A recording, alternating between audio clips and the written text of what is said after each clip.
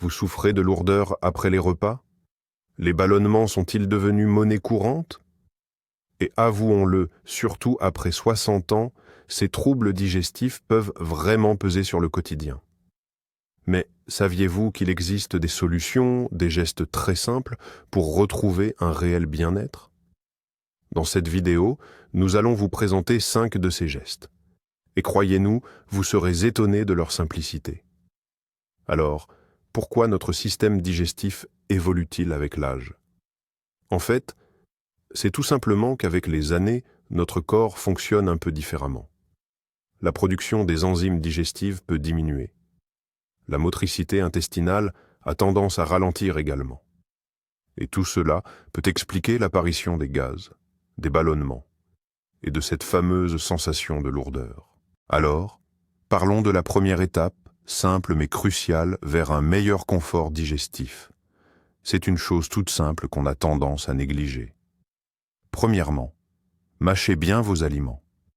Oui, ça peut paraître incroyablement simple, voire anodin.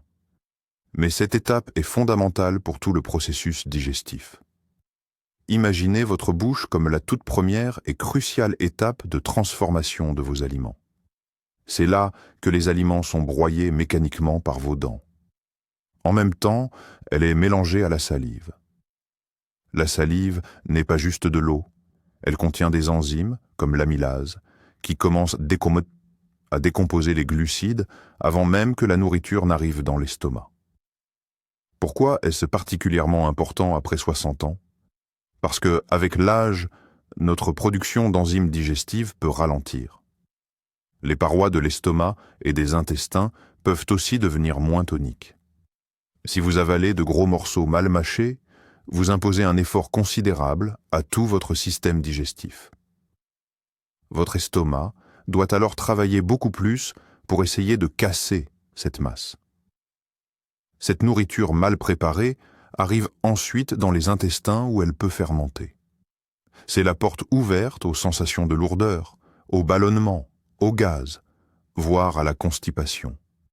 De plus, une mastication insuffisante signifie que vous n'extrayez pas correctement tous les nutriments de vos aliments.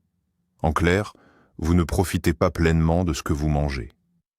Comment s'y prendre? Efforcez-vous de mâcher chaque bouchée lentement et longuement. Posez votre fourchette entre chaque bouchée. Prenez le temps de savourer, de vous concentrer sur le goût et la texture. L'idéal est de mâcher jusqu'à obtenir une consistance quasi liquide. Cela peut vous sembler étrange ou prendre plus de temps au début. Mais croyez-moi, c'est le moyen le plus simple et l'un des plus efficaces pour améliorer votre digestion dès aujourd'hui. Essayez ce simple geste et vous constaterez rapidement la différence. Après avoir bien abordé la question de la mastication, quelle est la suite? Nous passons maintenant au deuxième point crucial. Deuxième point, boire suffisamment d'eau. On dirait que tout le monde en parle, partout, mais voici pourquoi c'est extrêmement important précisément pour votre digestion, surtout après 60 ans. L'eau est la base de la vie, et pour nos intestins, elle est à la fois un lubrifiant et un système de transport. Imaginez le bol alimentaire qui progresse dans l'intestin. S'il n'y a pas assez d'eau, ce bol devient sec et compact. Son mouvement ralentit considérablement et cela mène directement à la constipation. La constipation, à son tour, peut entraîner une sensation de lourdeur, une forme d'intoxication et bien sûr, des ballonnements. Après 60 ans, notre corps peut moins bien ressentir la soif et il arrive qu'on oublie simplement de boire. Ou alors, on boit peut-être moins par peur des allers-retours fréquents aux toilettes. Mais la déshydratation, même légère, ralentit le fonctionnement de tout l'organisme, y compris celui de nos intestins. L'eau aide à ramollir les selles, ce qui rend leur passage dans l'intestin beaucoup plus facile et confortable. Elle participe également à la production des sucs digestifs nécessaires. Quelle quantité boire? Il n'y a pas de quantité universelle, mais visez 6 à 8 verres d'eau pure par jour comme repère. Et essayez de boire non seulement pendant les repas, mais surtout entre les repas. Un verre d'eau pris 20 à 30 minutes avant de manger peut même aider à préparer votre estomac. Par contre, attention à ne pas boire de grandes quantités de liquide pendant le repas, car cela pourrait diluer les sucs digestifs. Répartissez plutôt votre consommation d'eau tout au long de la journée. Ce geste simple peut améliorer considérablement votre péristaltisme intestinal et vous éviter bien des désagréments. On a déjà appris à bien mâcher et à bien boire. Maintenant, parlons de CE qui entrent dans notre système digestif. L'étape suivante concerne votre alimentation. Troisièmement, incluez suffisamment de fibres dans votre alimentation. Si l'on imagine notre intestin comme une route, les fibres, c'est un peu comme l'ouvrier qui nettoie le chemin et aide tout à avancer dans la bonne direction. Les fibres sont la partie non digestible des plantes.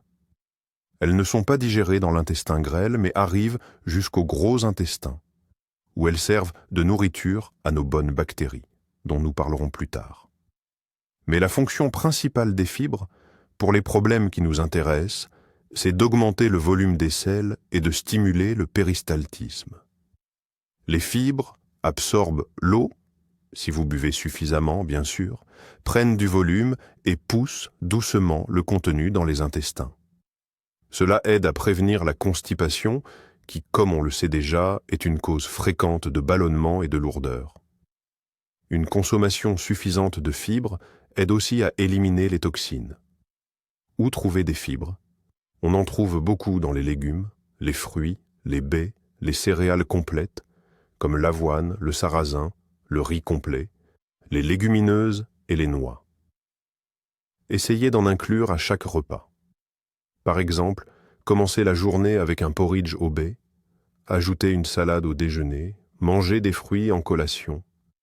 Il faut introduire les fibres progressivement dans votre alimentation pour éviter une augmentation temporaire des gaz ou des ballonnements. Augmentez les quantités d'aliments riches en fibres sur plusieurs semaines. Votre intestin vous remerciera pour ce nettoyage. Maintenant que nous avons appris à bien nourrir nos intestins et à assurer leur hydratation, tournons-nous vers leurs habitants. La quatrième étape est consacrée à nos petits, mais ô combien essentiels, alliés. Quatrième étape, n'oubliez pas les bonnes bactéries. Notre intestin est un vaste écosystème peuplé de milliards de bactéries. C'est ce qu'on appelle notre microflore ou microbiote. Et l'équilibre de cet écosystème influence directement notre digestion et même notre bien-être général. Il existe de bonnes et de mauvaises bactéries. Quand les bonnes sont en nombre suffisant, elles nous aident à digérer les aliments, notamment les fibres, produisent certaines vitamines et nous protègent contre les microbes nuisibles. Si les mauvaises prennent le dessus, cela peut entraîner une dysbiose. Les symptômes de la dysbiose sont souvent bien connus: ballonnement, gaz, douleur abdominale, selles irrégulières. Pourquoi est-ce particulièrement important après 60 ans? Avec l'âge, la composition de notre microbiote peut évoluer.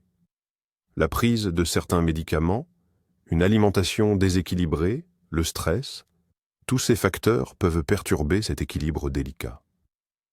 Comment aider nos bonnes bactéries à s'épanouir? 2 pistes s'offrent à nous: les probiotiques et les prébiotiques. Les probiotiques sont les bonnes bactéries elles-mêmes, vivantes. On les trouve dans les produits laitiers fermentés comme les yaourts, le kéfir, le lait fermenté, mais uniquement ceux dont l'étiquette spécifie la présence de cultures vivantes.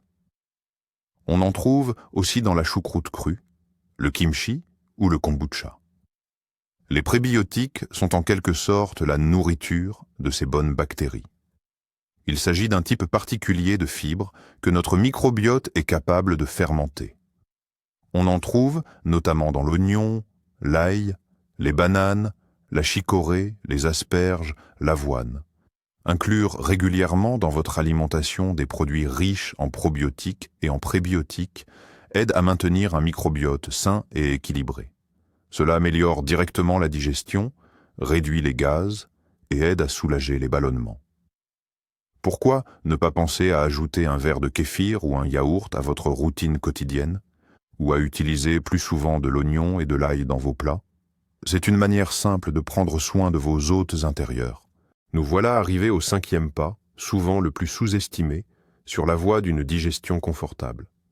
5e point, gérer le stress et manger en pleine conscience.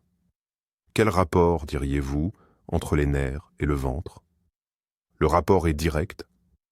Notre intestin n'est pas surnommé le 2e cerveau pour rien. Il est littéralement tapissé de terminaisons nerveuses et est extrêmement sensible à notre état émotionnel. Lorsque nous sommes stressés, qu'il s'agisse d'une inquiétude chronique ou d'une simple irritation passagère, notre corps bascule en mode combat ou fuite. Dans ce mode, la digestion ralentit, voire s'arrête complètement. Le sang se détourne de l'intestin pour irriguer les muscles. La production de sucs digestifs diminue. Tout cela peut provoquer des spasmes, des douleurs, de la constipation, ou au contraire, de la diarrhée. Sans oublier bien sûr cette sensation de lourdeur et ces ballonnements désagréables. Après 60 ans, le stress peut se manifester différemment, mais son impact sur l'organisme n'en est pas moins important. Au contraire, la capacité du corps à y faire face peut être diminuée. Ainsi, apprendre à se relaxer n'est pas un luxe, mais une réelle nécessité pour une digestion saine. Explorer différentes approches, une promenade tranquille, la méditation, un hobby, ou tout simplement passer du temps avec vos proches. Passons maintenant à l'alimentation en pleine conscience. Cela ne consiste pas simplement à porter les aliments à sa bouche, mais à être pleinement présent à ce moment. Évitez de manger devant la télévision, l'ordinateur ou sur le pouce. Asseyez-vous calmement. Observez l'aspect, l'odeur et le goût de ce que vous mangez. Mâchez lentement, nous y avons déjà fait référence. Soyez attentifs aux signaux de votre corps. Ils vous indiquent quand vous êtes rassasié. En mangeant en pleine conscience, non seulement vous facilitez la digestion, mais vous évitez aussi le surmenage qui pèse lourdement sur l'estomac. Combiner la gestion du stress et une approche consciente de l'alimentation est un puissant levier pour retrouver une harmonie intérieure. Et c'est là le point crucial. Beaucoup de gens pensent qu'apparemment que les troubles digestifs après 60 ans sont normaux et qu'on n'y peut rien. Mais ce n'est pas une fatalité. Vous pouvez vous sentir bien mieux simplement en adoptant ces 5 habitudes simples. Pas besoin de régime compliqué ou de médicaments chers tout de suite. Commencez par de petits gestes simples. Mâchez plus lentement, hydratez-vous suffisamment, ajoutez plus de légumes à vos assiettes, pensez aux bienfaits du yaourt et prenez vos repas dans le calme. Ces petits changements peuvent te faire une énorme différence et vous redonner de la légèreté et du confort. Voilà, nous avons abordé 5 étapes simples mais puissantes pour améliorer votre digestion après 60 ans. Merci d'avoir regardé cette vidéo jusqu'au bout. Nous espérons que ces conseils vous seront utiles. Si cela vous a plu, mettez un pouce bleu et abonnez-vous à la chaîne pour ne rater aucune de nos prochaines vidéos. Et vous, quel problème digestif vous préoccupe le plus? Dites-le nous dans les commentaires.